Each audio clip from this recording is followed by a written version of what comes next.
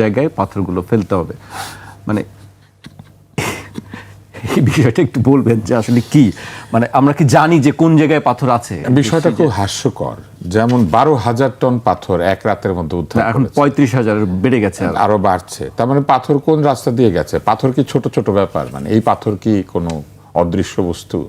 এই পাথর নিশ্চয়ই রাস্তা দিয়ে গিয়েছে অথবা নদী পথে গিয়েছে। কোন একটা বড় পথ দিয়ে তো পাথর যেতে হবে। একটা দুইটা পাথর তো হাতে করে লোকে নিয়ে যায় নাই। তার মানে এই 12,000 টন 35,000 টন পাথর কোন রাস্তা দিয়ে গিয়েছিল এটা তারা জানতেন, এবং তারপরে বলা হচ্ছে এই পাথর আবার আগের জায়গায় রেখে দিতে হবে। ব্যাপারটা খুব অদ্ভুত না? মানে আপনি ধরেন কেউ চুরি করেছে, আপনি চোরের শাস্তি বিধান না করে আপনি বললেন যে চোরকে যে ঠিক যেই রাস্তা দিয়ে চুরি করেছো সেই রাস্তা দিয়ে ঢুকে জিনিসগুলো রেখে আসো। তো এখন আমরা আসলে খুব স্তম্ভিত এবং আমরা হতাশাগ্রস্ত বলবো না, আমরা আসলে বসে বসে তামাশা দেখছি। মনে হচ্ছে যে একটা সার্কাস, আমরা সেই সার্কাসের মধ্যে দর্শক। এবং আপনি দেখবেন যে সার্কাসে যা কিছু অদ্ভুত সেটাই কিন্তু সার্কাসের আনন্দের বিষয় থাকে। যেমন মানুষ দুই পায়ে হাঁটে, কিন্তু সার্কাসের মধ্যে মানুষ দুই হাতে হাঁটে। মানুষ পথে হাঁটে, কিন্তু সার্কাসের মধ্যে মানুষ দড়ির উপরে হাঁটে।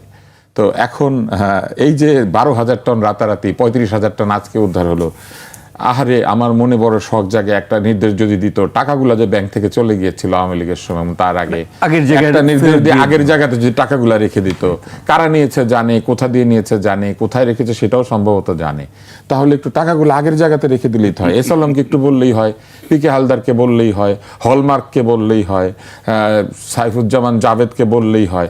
চোরের নামও জানে, ঠিকানাও জানে, সবকিছুই তো জানে, সব জানে। শুধু পাথর হারিয়ে গেলে পাথর ফিরে আসে, সাদা পাথর, কিন্তু কালো টাকাগুলো সাদা হয়ে ফেরত আসে না। আসলেই কিন্তু মানুষ বিরক্ত হয়ে যাচ্ছে, এবং এই বিরক্তি এমন একটা জায়গায় গিয়ে পৌঁছেছে। একটা কৌতুকের মতো একটা গল্প আছে যে মানুষ যখন অল্প দুঃখ পায় তখন উহ আহ করে, তারপর যখন বেশি দুঃখ পায় তখন কাঁদে, তারপর যখন আরেকটু বেশি দুঃখ পায় তখন চিৎকার করে, মানে এত জোরে কাঁদে লোকজন শুনতে পায়। তারপর যখন আরো দুঃখ পায় তখন হাসে। তো আমাদের অবস্থাটা এখন এইরকম হয়েছে যে আমরা এখন দুঃখ পেয়ে হাসতে শুরু করেছি, যে এর চেয়েও কি আরো কিছু সামনে হতে পারে? আপনি দেখেন যে লোক নীলা মার্কেটে হাঁসের গোস্ত খায় সেই লোক নীলা মার্কেটের পরে কোথায় যায়? ওয়েস্টিনে। মাঝখানে কিছু নাই, মাঝখানে ধানসিঁড়ি হোটেল নাই, সিরাজের চুইঝালের রেস্টুরেন্ট নাই।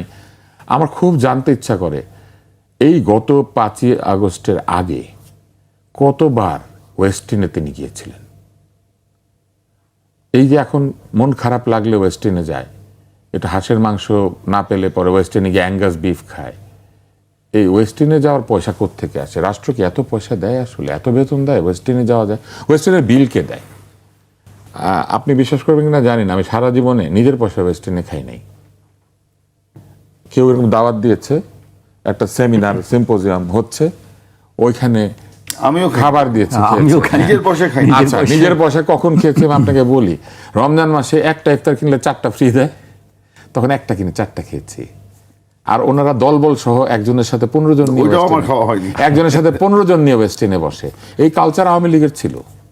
আমি একাধিকবার দেখেছি আওয়ামী লীগের লোকজন ওয়েস্টিনের লবির মধ্যে বসে থাকে, তারা সেখানে বসে দেশ উদ্ধার করে। তো কি বদল হলো? আর ওয়েস্টিনে যেতে হয়?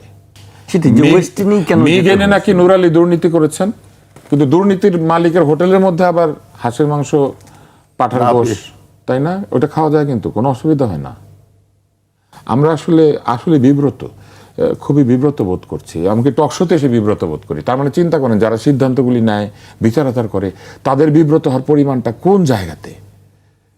বিব্রত হওয়ার আর সীমানা নাই। এবং এই কথা চিন্তা করি আমরা জনগণ হাসি, যে আমার না হয় একটু লেগেছে, আপনাদের কি অবস্থা? হায় হায় রে, কত বিব্রত আপনারা। এটা হচ্ছে আমার উত্তর।